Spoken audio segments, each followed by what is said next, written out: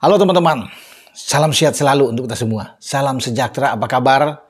Ya semoga teman-teman bersama keluarga, teman-teman dimanapun kalian berada, baik-baik, tetap semangat dan terima kasih dari saya untuk kalian semua yang sudah mensubscribe, share, like channel YouTube Bung Ropan. Karena tanpa bantuan teman-teman, channel saya ini tidak akan berkembang. Jadi sekali lagi, terima kasih banyak.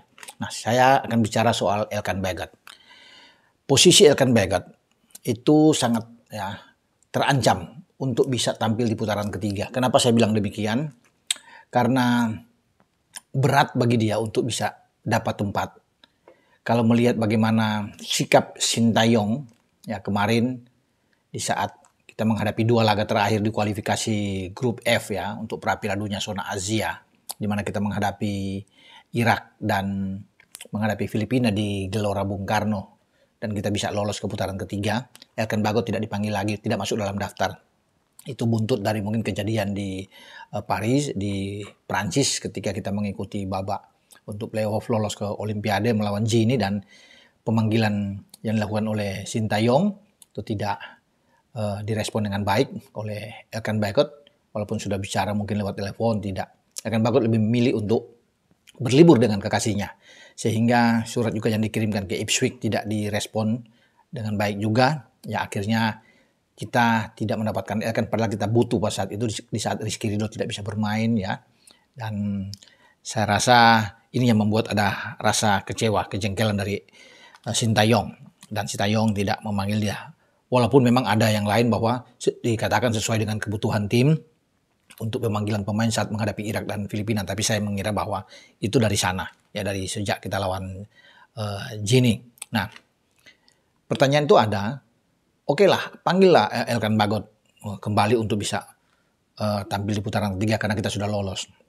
Nah, di putaran ketiga kenapa saya bilang tidak, dia tidak punya peluang, tipis peluang dia, karena ketika kita punya pemain-pemain yang sudah banyak di belakang ya, di garis belakang, ini yang menyulitkan. Sudah ada Jai Ises. Dan mungkin kehadiran Jai Ises ini yang membuat Elkan Bagot agak sulit mendapatkan tempat. Walaupun banyak yang menyukai bahwa Elkan Bagot bisa kembali, tapi saya rasa ini berat. Selain Jai ada Justin Hubner ada sana, ada Rizky Ridho, ada Jordi yang sudah bisa, dan bahkan Sandy Walsh bisa bermain lebih ke dalam, Muhammad Ferrari. Dan ini banyak menumpuk. Kalau Kevin Dix itu jadi, ya itu bisa dinaturalisasi nanti dan dia akan bermain misalnya tersedia di bulan September, semakin penuh, semakin sesak ya bagaimana posisi di lini belakang kita. Jadi itu saya bilang, dan saya juga coba untuk sudah mengontak Pak Ketua Umum mengatakan ya itu semua tergantung dari STY. Tapi memang agak sulit, ini ngeri-ngeri sedap, tidak gampang ya kalau STY sudah kecewa dan mencoret waktu itu dan tidak memanggil lagi, ini berat ya. Kecuali satu syarat seperti yang dilakukan oleh Elkan Bagot pada 2021 ketika Muhammad Iriawan, waktu itu masih Iwan Bule sebagai ketua PSSI sebelum Pak Erick Thohir sebelum menjadi ketua umum, itu pernah beberapa kali juga Elkan menolak ya, sehingga ada rasa kecewa bagi Iwan Bule sebagai ketua. Namun Elkan dengan sportif mengirim surat bahwa bagaimana dia menjelaskan ketika dia tidak memenuhi panggilan saat itu, dan dia siap untuk dipanggil untuk next, untuk berikut. Jadi dia memohon maaf atas surat itu. Inilah saya pikir jalan keluar, ada celah di sini. Elkan Bagot nggak apa-apa, ya kirim aja surat misalnya atau telepon langsung bicara dengan ketua umum, dengan Pak dengan STY misalnya untuk minta maaf. Saya pikir bisa lah itu terjadi seperti yang dia lakukan pada periode yang lalu yang saya sebut tadi. Ini pasti clear. Kalau tidak, ya ini sulit, ya, berat. Apalagi Kevin Dix datang sekali lagi, di belakang akan makin banyak dan Elkan tidak akan mendapat tempat. STY sudah mendapatkan kerangka terbaik. Ya, setelah melawan Irak dan Filipina dia sudah bisa melihat kehadiran Jai Ises itu sangat penting sekali di belakang. Karena kita masih punya Kelvin Verdong yang juga bisa digeser, bisa bermain bek tengah. Makanya saya bilang itu semakin kuat, semakin penuh, ya mewah di lini belakang kalau bisa bicara. Apalagi kita masih punya Nathan Cho yang bisa difungsikan bermain di belakang, di bek tengah. Sehingga karena begitu sesak di tengah bisa aja Nathan Cho tuh dorong lebih bermain di gelandang sekarang oleh STY.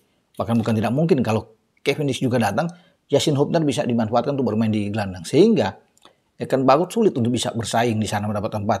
Meskipun sebenarnya bisa untuk didatangkan, tergantung dari Elkan ya, sifat terbuka dari Elkan. Karena memang kenapa saya bisa bicara saat ini, ya, sudah mendengar bahwa memang sangat sulit ya bagi Elkan untuk bisa masuk ke putaran ketiga.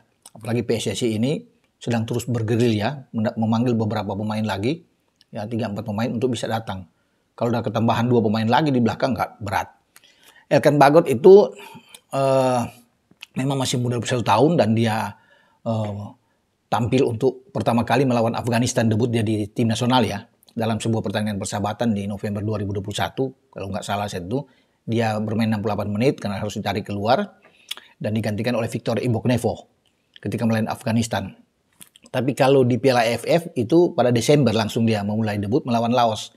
Saat kita menang dengan 5-1 lawan Laos di Piala AFF.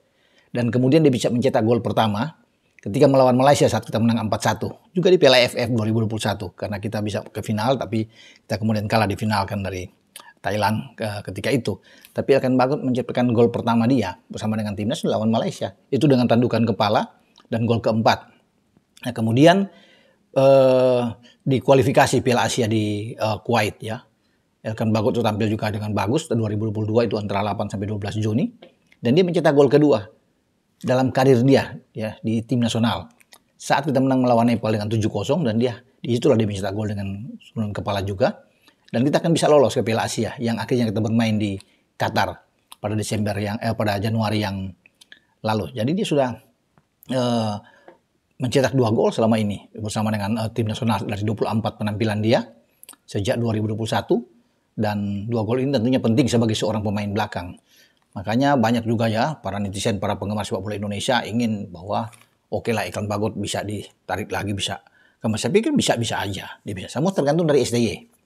Apakah dia akan dipanggil untuk di putaran ketiga. Makanya ketika saya mendengarkan info bahwa kecil peluang dia untuk bisa masuk, saya membuat konten hari ini untuk bisa mengatakan kepada teman-teman semua bahwa memang peluang itu tipis, ya bisa aja berubah saya pikir. Kalau memang ada pembicaraan dari hati ke hati antara STY atau Elkan lah yang lebih dulu membuka diri ini untuk bisa permintaan maaf dari Elkan ya, terhadap bagaimana dia tidak bisa memperkuat timnas U23 kita ketika sedang merintis perjalanan menuju ke Olimpiade yang gagal melawan Gini.